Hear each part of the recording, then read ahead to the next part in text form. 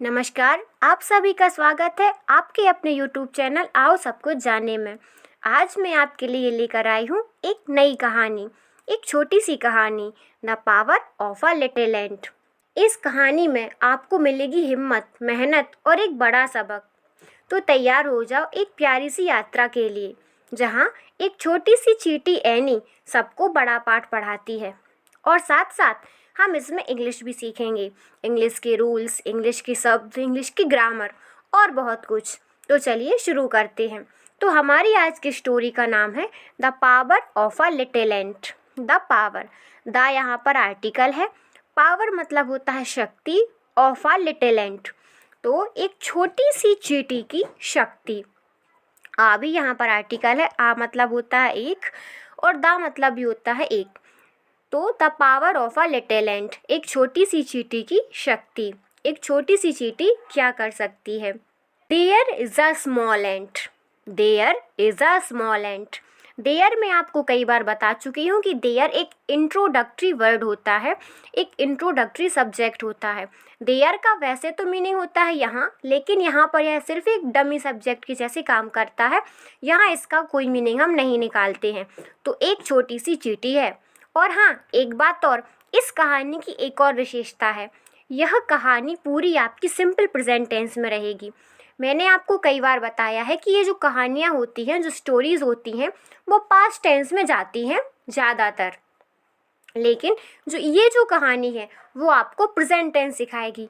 Present tense के rules, present tense का structure, present tense की ग्रामर, सब कुछ। तो ये पूरी कहानी मैंने स्पेशली आपके लिए प्रेजेंट टेंस में बनाई है।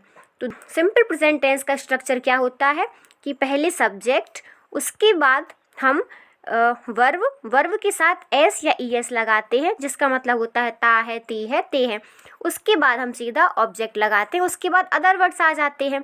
यह होता है आपका अफर्मेटिव का स्ट्रक्चर, मतलब सकारात्मक वाक्य का। उसके बाद आता है नेगेटिव स्ट्रक्चर। तो सिंपल प्रेजेंट टेंस की नेगेटिव सेंटेंस के स्ट्रक्चर में आता है सब्जेक्ट। सब्जेक्ट मतलब कर्ता, जो कोई काम कर रहा है व्यक्ति, उसको सब्जेक्ट बोलते हैं। सब्जेक्ट प्लस डू या डज। उसके बाद हम लगाते हैं नॉट और उसके बाद वर्ब लगाते हैं। और वर्ब के बाद हम एस ई एस नहीं लगाते हैं, क्योंकि यहाँ पर डू और डज में वो हम पहले से कर चुके होते हैं। उसके बाद ऑब्जेक्ट और अदर वर्ड। वैसे ही जो इंटेरोगेटिव सेंटेंस होते हैं उसमें डू और डज पहले आ जाता है, उसके बाद सब्जेक्ट आता है, सब्जेक्ट के बाद वर्ब आता है, वर्ब का फर्स्ट फॉर्म यूज होता है, उसके बाद ऑब्जेक्ट और अदर वर्ड। ऐसे ही सिंपल प्रेजेंट टेंस के तीनों सेंटेंस के, अफर्मेटिव, नेगेटिव और इंटेरोगेटिव के आपके सेंटेंस बनते हैं। इसका ये स्ट्रक्चर होता है। ठीक है, आई होप आप समझ गए होंगे। तो देयर इज अ स्मॉल एंट, एक छोटी सी चींटी है। हर नेम इज एनी, उसका नाम एनी है।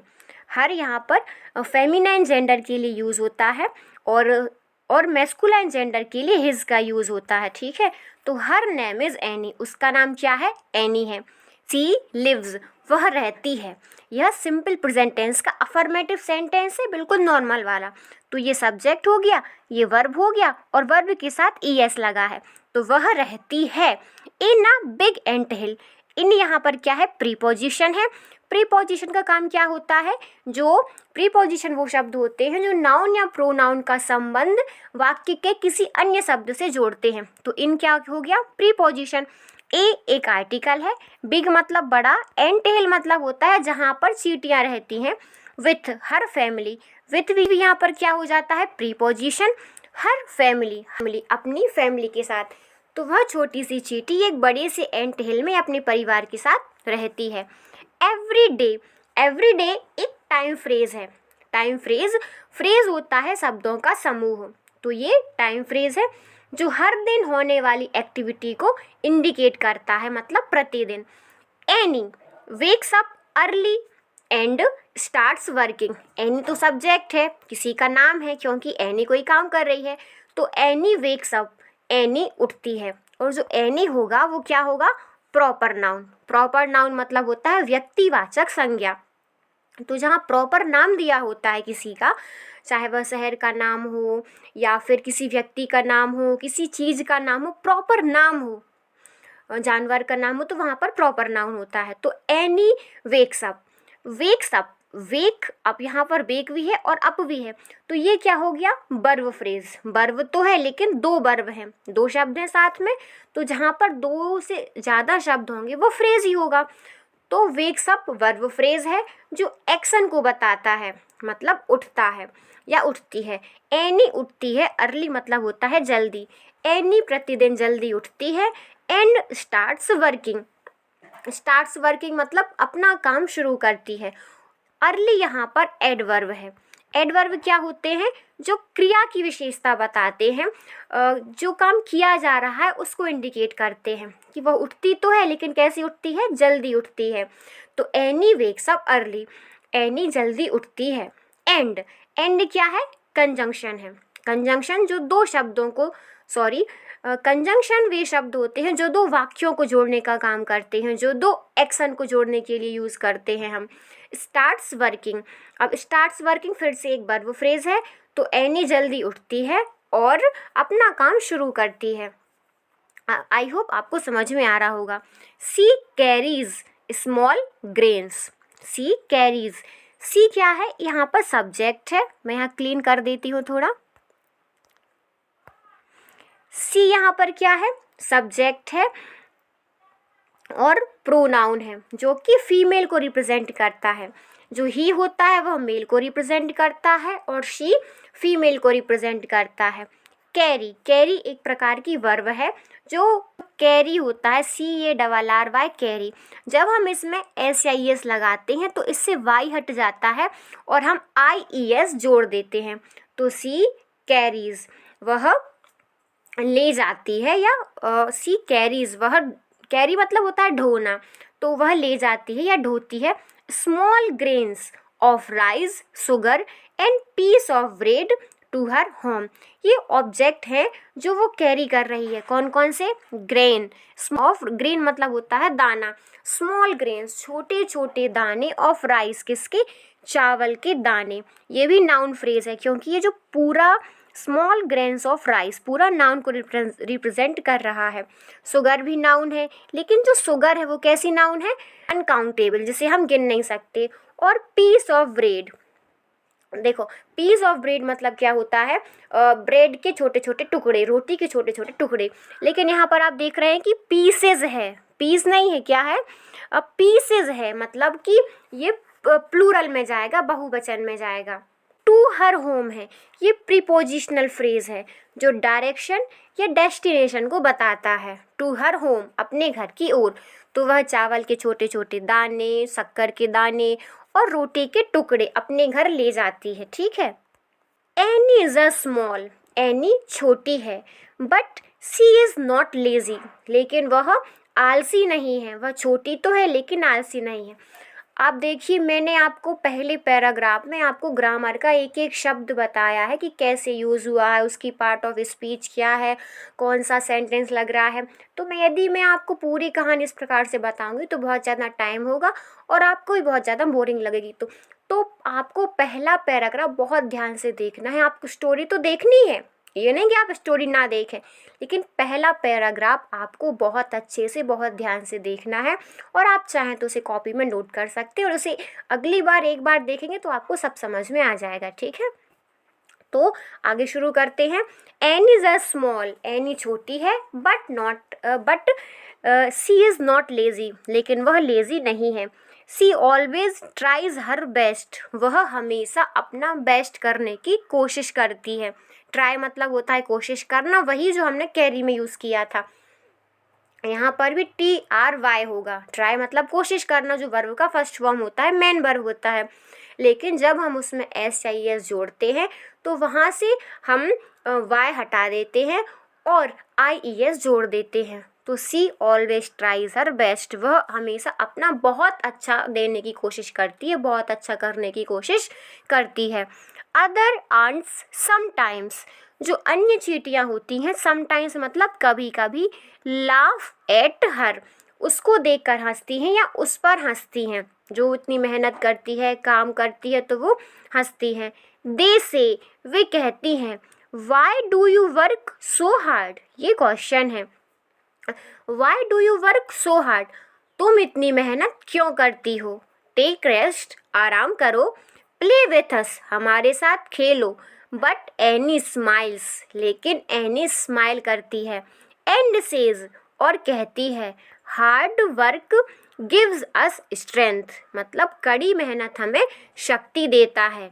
And one day it helps us, और एक दिन हमारी सहायता करता है, मतलब हम जो भी काम करते हैं, जो भी मेहनत करते हैं, वह कभी ना कभी हमारी सहायता ज़रूर करता है और हमें अंदर से स्ट्रेंथ देता है कि हाँ, हम कुछ कर सकते हैं, हम लेज़ी पर्सन नहीं हैं। वन डे, एक दिन, dark clouds fill the sky, dark clouds मतलब काले बादल आकाश में भर गए।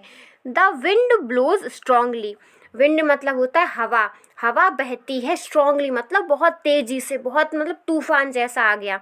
इट स्टार्ट्स रेनिंग हैवीली, और अचानक से बारिश होना शुरू हो जाती है। वाटर फ्लोज, पानी बहता है। Into the ant hill, into the ant hill मतलब कि जो पानी बहता है, एंट हिल में से पानी भर जाता है। Many ants run here and there, many ants कई चींटियाँ यहाँ से वहाँ दौड़ती हैं कि अब कहाँ जाएं, हमारे घर में तो पानी भर गया है, अब हम क्या करें। They do not know what to do, वे नहीं जानती थी कि अब क्या करें। अचानक से बहुत तेज बादल हो गए, हवा चलने लगी, पानी गिरने लगा, तो अब वो क्या करें, कहाँ जाएं, वो उनकी समझ में कुछ नहीं आ रहा था। बिल्कुल हक्के बक्के होकर इधर उधर दौड़ने लगी थी। एनी स्टेज काम, लेकिन जो एनी है वह शांत थी, बिल्कुल शांत थी। She has already stored enough food in a safe place, she has already, उसने पहले से ही, स्टोर्ड जमा कर लिया था, इनफ फूड पर्याप्त भोजन, इन अ सेफ प्लेस एक सुरक्षित जगह पे। तो उसने एक सुरक्षित स्थान पर पहले से ही पर्याप्त भोजन स्टोर करके रख लिया था, जमा करके रख लिया था, क्योंकि वह डेली थोड़ा थोड़ा काम करती थी, हमेशा हार्ड वर्क करती रहती थी। सी हेल्प्स हर फैमिली, उसने अपने परिवार की मदद की। सी ऑल्सो हेल्प्स अदर आंट्स, और उसने अन्य चींटियों की भी मदद की। सी शेयर्स, उसने शेयर किया, बांटा। Her food and shows them a dry corner of the ant hill, she shares, वह शेयर करती है अपना भोजन। एंड शोज, उन्हें दिखाती है।